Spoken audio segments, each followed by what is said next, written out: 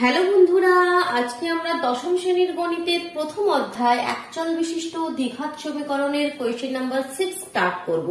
Previous ভিডিওতে আমি question number 1 to 5 complete করেছিলাম। সেটা যদি তোমরা এখনো দেখে না থাকো তাহলে এই ভিডিও ডেসক্রিপশন বক্সে চলে যাও, দেখো সেখানে লিংক দেওয়া আছে। এবার দেখো তাহলে কোয়েশ্চেন নাম্বার 6 এর ফার্স্ট কোয়েশ্চেন রিড করো। একটি আয়তাকার ক্ষেত্রে, আচ্ছা তার আগে যেটা লেখা আছে সেটা পড়ে নি আগে। নিচের বিবৃতিগুলি থেকে একচল বিশিষ্ট দ্বিঘাত সমীকরণ গঠন করি। কিছু বিবৃতি দেওয়া রয়েছে, সেখান থেকে আমাদের একচল বিশিষ্ট দ্বিঘাত সমীকরণ গঠন করতে হবে। দ্যাট মিনস একচল বিশিষ্ট দ্বিঘাত সমীকরণ কি, জেনারেল ফর্মটা কি, ax square plus bx plus c is equal two 0। ঠিক আছে, চলো তাহলে কোয়েশ্চেনটা এবার পড়ে নি। একটি আয়তাকার ক্ষেত্রের কর্ণের দৈর্ঘ্য দেওয়া রয়েছে 15 মিটার, তার দৈর্ঘ্য প্রস্থ অপেক্ষা 3 মিটার বেশি। ঠিক আছে, যেটা দেওয়া আছে সেটাকে আমরা একটু আগে দেখি, একটু বানিয়ে দেখি কি বলতে কি চাইছে। একটি আয়তাকার ক্ষেত্র আছে যার কর্ণের দৈর্ঘ্য দিয়ে দিয়েছে 15 মিটার। মনে করি এ বি সি বি একটি আয়তাকার ক্ষেত্র যার কর্ণ, মনে করো এই কর্ণের দৈর্ঘ্য রয়েছে আমাদের 15 মিটার। আর কি দেওয়া রয়েছে দেখি, তার দৈর্ঘ্য প্রস্থ অপেক্ষা 3 মিটার বেশি। তার দৈর্ঘ্য প্রস্থ অপেক্ষা 3 মিটার বেশি। তাহলে ওকে প্রস্থ এক্স মিটার যদি ধরে নিই তাহলে দৈর্ঘ্য কি হবে, প্রস্থ থেকে 3 মিটার বেশি। যেটা ধরবো তার থেকে 3 যুক্ত করে দেবো, অ্যাড করে দেবো, that means x plus 3 metre. ঠিক আছে, এটা তোমাদেরকে দিয়ে দিয়েছে। এর থেকে এবার তোমাদের একচল বিশিষ্ট দ্বিঘাত সমীকরণ গঠন। তাহলে এবার দেখো এই বিবৃতিটি দেওয়া রয়েছে, এ থেকে আমাদের একচল বিশিষ্ট দ্বিঘাত সমীকরণ বের করতে হবে। দ্যাট মিনস এরকম কিছু একটা জিনিস আমাদেরকে নিয়ে আসতে হবে। কিভাবে নিয়ে আসবো দেখো, কনসেপ্টটা ক্লিয়ার করে নাও। এখানে দেওয়া কি রয়েছে, এখানে কিছু দেওয়া ছিল না, তাহলে প্রথমে আমাদেরকে লিখতে হবে কি, ধরি, এগুলো একটু লিখতে হবে। ধরি আয়তাকার ক্ষেত্রটি, আমরা প্রস্থ ধরে নিয়েছি। ঠিক আছে, প্রস্থ এক্স মিটার। অতএব আয়তাকার ক্ষেত্রটির দৈর্ঘ্য তাহলে কত হয়ে গেল, ঠিক আছে, দৈর্ঘ্য হয়ে গেল এক্স প্লাস 3 মিটার।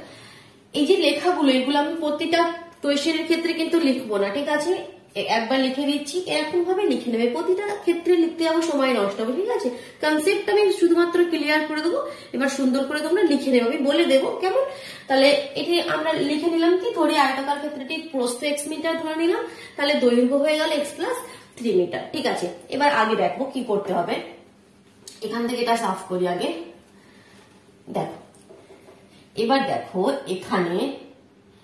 এখানে এই জিনিসটা একটু তোমরা লক্ষ্য করো। এই জিনিসটা, এটা একটা ত্রিভুজ হচ্ছে কি, এটা আমি যদি একটু আলাদা করে এখানে একবার বানাই, এই জিনিসটা লক্ষ্য করো, এ বি ডি, এটা একটা ত্রিভুজ হচ্ছে কি, এটা এক্স প্লাস 3, এটা এক্স। তোমরা পিথাগোরাসের উপপাদ্য পড়েছো? পিথাগোরাসের উপপাদ্যটা কিন্তু এখানে একটু দরকার লাগবে। পিথাগোরাসের উপপাদ্য, একটা সমকোণী ত্রিভুজ যার একটি কোণ 90 ডিগ্রি হয়, একটি সমকোণী ত্রিভুজের এ বি সি, ঠিক আছে, যদি এটা তোমাদের কি হয়, এটা তোমাদের লম্ব হয়, আর এটা তোমাদের ভূমি হয়, আর এটা তোমাদের অতিভুজ হয়, এটাই তো হয় একটি ত্রিভুজে, যেটা অ্যাঙ্গেল এটা 90 সমকোণ, মানে কি একদম 90 ডিগ্রি, যেটা একদম স্ট্রেট রয়েছে, তার অপোজিটে অতিভুজ থাকে, এদিকে ভূমি লম্ব। যে কোনো তুমি এটাকেও লম্ব ধরতে পারো, এটাও ভূমি ধরতে পারো, এটাও ভূমি ধরতে পারো, এটাও লম্ব ধরতে পারো, সেটা কোনো ম্যাটার নাই। ঠিক আছে, সেখানে পিথাগোরাসের উপপাদ্যের ক্ষেত্রে আমি তো জানি লম্ব স্কয়ার প্লাস ভূমি স্কয়ার ইজ ইকুয়াল টু অতিভুজ স্কয়ার, তাই তো, লম্ব স্কয়ার প্লাস ভূমি স্কয়ার ইজ ইকুয়াল টু অতিভুজ স্কয়ার। এই সূত্রটা আমরা জানি। দেখো এখানে যে ত্রিভুজটা রয়েছে সেটাও কিন্তু একটা সমকোণী ত্রিভুজ, যার এটা হচ্ছে 90 ডিগ্রি। যদি আমরা এরকম ভাবে ঘুরিয়ে দিই তো এই জিনিসটাই আসবে এখানে, যার এটা হচ্ছে, এর মধ্যে যে কোনো একটা লম্ব ধরে নাও, যে কোনো একটা ভূমি ধরে নাও, আর এটা হচ্ছে অতিভুজ।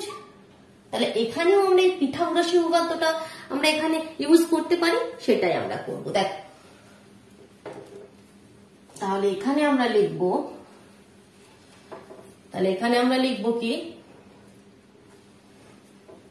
আমরা জানি বলে লিখতে পারি কি, আমরা জানি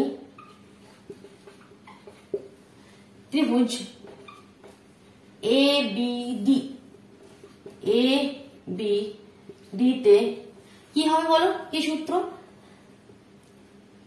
AB square plus AB square is equal to DB square, is equal to DB square. এটাই তো, বাস এখানে আর কিছু নয়। বাট এডির ভ্যালু কত? X, x square. এবির ভ্যালু কত? X plus 3 whole square is equal to DB. DB কত দেখো, ডিবি কত বুকসেই দেওয়া রয়েছে, ডিবি কত? 15।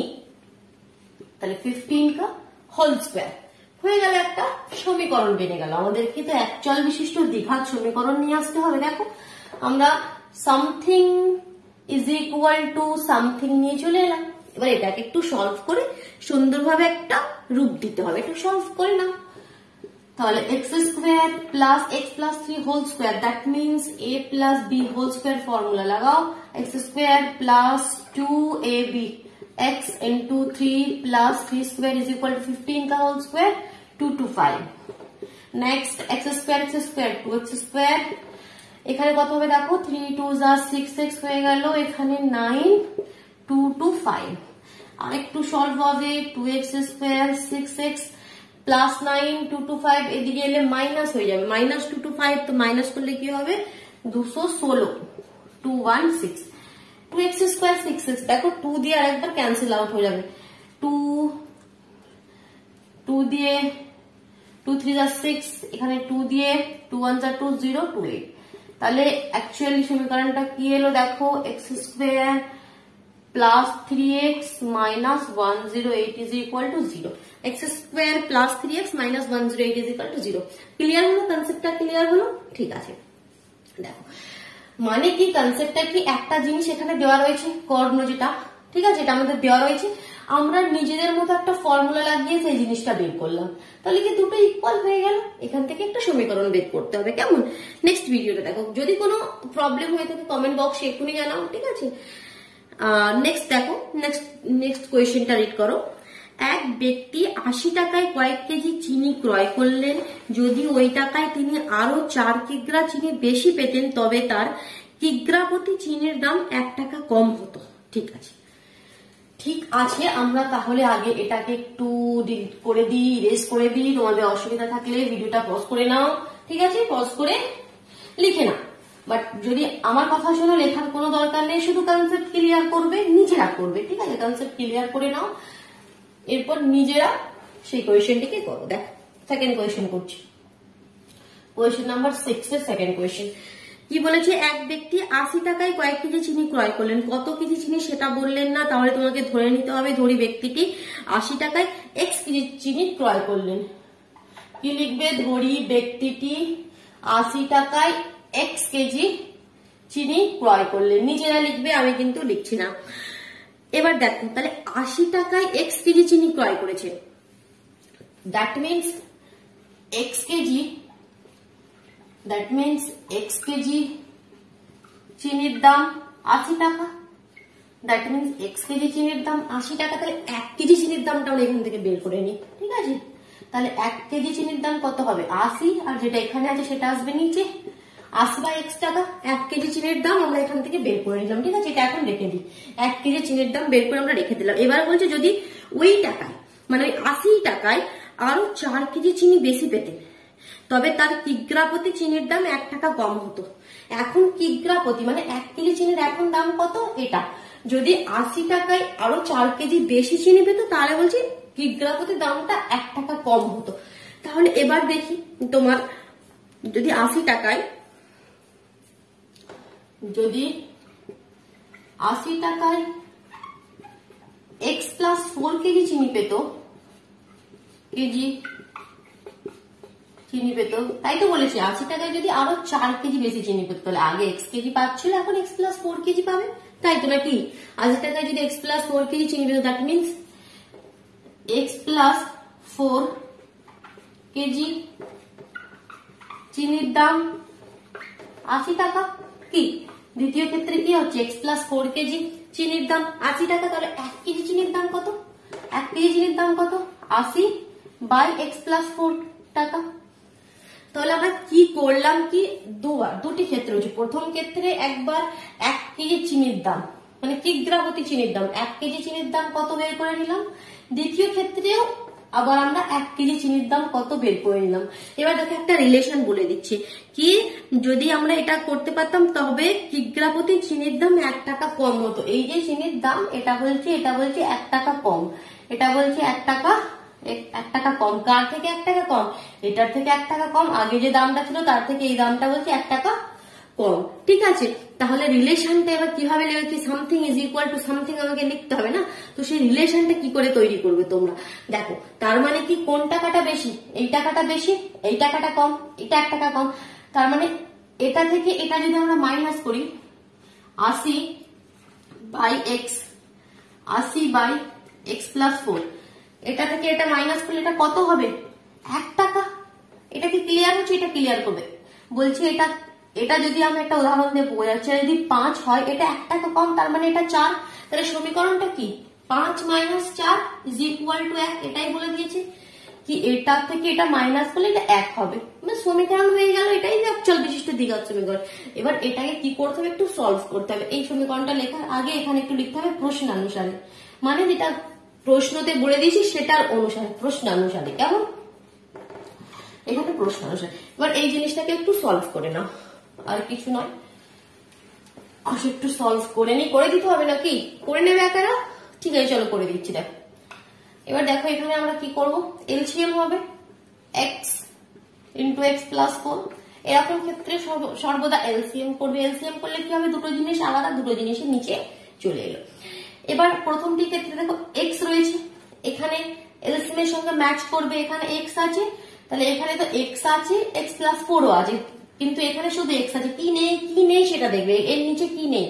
x+4 নেই। যেটা নেই সেটা দিয়ে উপরটাকে গুণ করবে।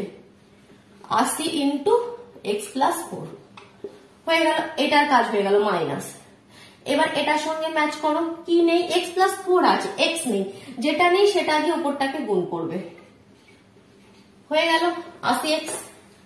এবার কি করতে হবে? এটা = 1। এবার একটু মাল্টিপ্লাই করে দাও।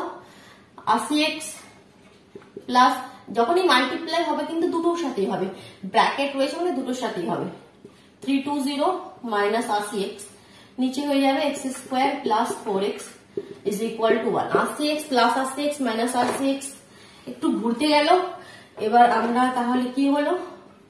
320 = এটা ক্রস মাল্টিপ্লিকেশন করে দাও, x² + 4x, তাহলে x² + 4x 320 দিয়ে নিয়ে চলে এলে এটা হয়ে গেল আমাদের ইকুয়েশন। দেখো x² + 4x - 320।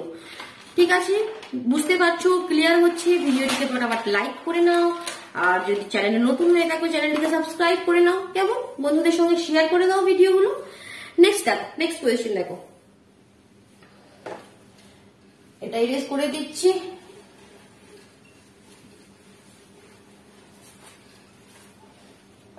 এবার দেখো 3 নম্বর কোয়েশ্চেন নাম্বার 6 এর থার্ড কোয়েশ্চেনটি দেখো। কোয়েশ্চেনটি পড়ছে দেখো, দুটি স্টেশনের মধ্যে দূরত্ব 300 কিমি। একটি ট্রেন প্রথম স্টেশন থেকে সমবেগে দ্বিতীয় স্টেশনে গেল। ট্রেনটির গতিবেগ ঘন্টায় 5 কিমি বেশি হলে ট্রেনটি দ্বিতীয় স্টেশনে যেতে 2 ঘন্টা কম সময় লাগতো। দুটি স্টেশনের মধ্যে দূরত্ব 300 কিমি। দুটো স্টেশন আছে, স্টেশন এ, এখানে আছে স্টেশন বি, দূরত্ব বলছে 300 কিমি। খুব ভালো কথা, খুব ভালো কথা।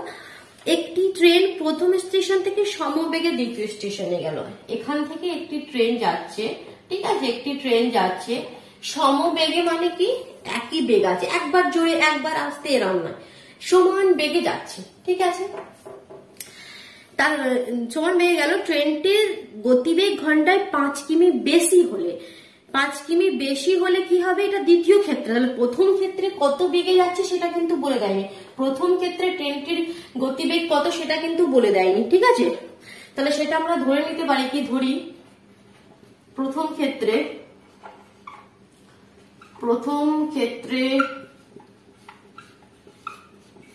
ট্রেনটির গতিবেগ x কিমি/ঘন্টা। কিমি/ঘন্টার মানে কি? 1 ঘন্টাতে x কিলোমিটার যায়, 1 ঘন্টাতে x কিলোমিটার যায়। ঠিক আছে, তাহলে ট্রেনটির গতিবেগ আমরা প্রথম ধরে নিলাম। এবার বলছি যদি গতিবেগ 5 কিমি বেশি হতো, মানে x প্লাস 5 কিমি পার ঘন্টা হতো, এক ঘন্টা যদি x প্লাস 5 কিমি যেত, আরো 5 কিমি বেশি যেত, তাহলে বলছে স্টেশনে পৌঁছতে 2 ঘন্টা কম সময় লাগতো। প্রথমে যে সময়টা লেগেছিল x কিমি পার ঘন্টাতে যেতে, যে সময়টা লেগেছিল, দ্বিতীয় ক্ষেত্রে 2 ঘন্টা কম সময় লাগতো। খুব ভালো কথা। তাহলে প্রথমে সময়টি কত লেগেছিল সেটি তো আগে আমাদেরকে বের করতে হবে। দ্যাট মিনস কি x কিমি যেতে কত সময় লাগে? x কিমি যেতে 1 ঘন্টা সময় লাগে। x কিমি যেতে 1 ঘন্টা সময় লাগে। তাহলে ডিস্টেন্স তো 300 কিমি, সেটা যেখানে কত সময় লেগেছিল সেটাকে আমরা বের করে নিই। তাহলে 1 কিমি ঐকিক নিয়ম জানো তো, প্রথমে এরকম ক্ষেত্রে আগে 1 কিমির জন্য বের করবে। 1 কিমি যেতে কত সময় লাগবে? এটা এখানে, এটা নিচে। আর 300 কিমির জন্য আমাদের চাই 300 কিমি যেতে কত সময় লাগবে? এবার এটা চলে যাবে উপরে, ঠিক আছে, যেটা এখানে সেটা চলে যাবে উপরে। তাহলে এটা হয়ে গেল আমাদের 300/x ঘন্টা। তাহলে প্রথম ক্ষেত্রে তার যেতে 300/x ঘন্টা সময় লেগেছে। এবার দ্বিতীয় ক্ষেত্রে দেখো, এবার দ্বিতীয় ক্ষেত্রে, প্রথম ক্ষেত্রেটা মুছে আমি এখানে লিখে দিচ্ছি, দ্বিতীয় তোমরা নতুন করে লিখবে, ঠিক আছে। দ্বিতীয় ক্ষেত্রে ট্রেনটির গতিবেগ কি হয়ে গেল? x প্লাস 5 হয়ে গেল, কারণ বলেই দিয়েছি x প্লাস 5 কিমি পার ঘন্টা, 5 ঘন্টা যদি বেশি যেত। দ্যাট মিনস এক্ষেত্রে x প্লাস 5 কিমি যেতে 1 ঘন্টা সময় লাগে। তাহলে 1 কিমি যেতে কত লাগবে? x plus 5। আর 300 কিমি যেতে কত লাগবে? সেম প্রসেস, খালি 300 তাহলে উপরে চলে গেল, 1 ইন্টু 300, নিচে x প্লাস 5। এই সময়টি লাগবে, এই সময়টি লাগবে। এখন মাল্টিপ্লাই করে দিলে 300/x প্লাস 5। এটা দ্বিতীয় ক্ষেত্রের সময়। প্রথম ক্ষেত্রের সময়টা কি ছিল? এখানে আমি আরেকবার লিখছি। প্রথম ক্ষেত্রের সময়টা ছিল 3/x, দ্বিতীয় ক্ষেত্রের সময়টা হলো 3/x প্লাস 5। এবার রিলেশনটা কিভাবে লিখবে, সম্পর্কটা কিভাবে বানাবে? দেখো, সম্পর্কটা বলেই দিয়েছে কি, দ্বিতীয় ক্ষেত্রের যে সময়টা সেটা 2 ঘন্টা কম, 2 ঘন্টা কম। এই সময়টা 2 ঘন্টা কম, এটা কম সময়, ঠিক আছে, এটা কম সময়। তাহলে কোনটা বেশি সময়? আগের সময়টা বেশি। তার মানে এটা থেকে এটা মাইনাস করলে কত পাবো আমরা? 2 পাবো, ঠিক আছে। একটু যদি বুঝে নাও, কিন্তু কোয়েশ্চেন গুলো কিছু না, কিন্তু একটু বুঝতে হবে, কেমন? তাহলে প্রশ্নানুসারে আমরা কি লিখবো? প্রশ্নানুসারে আমরা লিখবো 300/x minus 300/x plus 5 is equal to 2. No doubt? Okay, একটু এবার আমাদের কি করতে হবে? ক্যালকুলেশন, এলসিএম করো। প্রসেস বলে দিয়েছি, এরকম ক্ষেত্রে দুটো নিচে আসবে। এক্স আছে, কোনটা নেই? এটা নেই, যেটা নেই সেটার সঙ্গে উপরেরটা মাল্টিপ্লাই করো। নেক্সট এটা আছে, এক্স নেই, এক্স এর সাথে মাল্টিপ্লাই করো। কতটা ইজি দেখ, কতটা ইজি। একটু প্র্যাকটিস করবে 1-2 বার, ঠিক আছে, তাহলে দেখবো আরো ইজি হয়ে যাবে। এবার একটু মাল্টিপ্লাই করে দাও, ব্র্যাকেট হটাও, নিচে হয়ে গেল x², ঠিক আছে। আর কি হবে? এইগুলো অলওয়েজ ক্যান্সেল হয়ে যাবে, দেখবে। ক্রস মাল্টিপ্লিকেশন করো, 2x² প্লাস 10x, ঠিক ঠিক আছে। এর আগের ক্ষেত্রে কোয়েশ্চেনটা কি করেছিলাম? প্রথমে এটি লিখেছিলাম, তারপর ক্রস মাল্টিপ্লিকেশন করেছিলাম। একই ব্যাপার, আমি আগে এই কাজটি করলাম, ইকুয়াল দিয়ে এটা লিখলাম, ঠিক আছে। এবার কি হবে দেখো, এবার তোমাকে আর একটি লাইন করতে হবে, 2x² প্লাস 10x, এটা মাইনাস করে এদিকে নিয়ে চলে আসো, ঠিক আছে। এবার দেখো এটা হয়ে গেল, বা এটাকে যদি তোমরা একটু 2 দিয়ে ডিভাইড করে দাও, দেখো আর একটু সিম্পলিফাই হবে। x² 2 দিয়ে 2 5 যা 10, 2 7 যা 14, 2 5 যা 10, কি ক্লিয়ার হলো? হয়ে গেল, কেমন?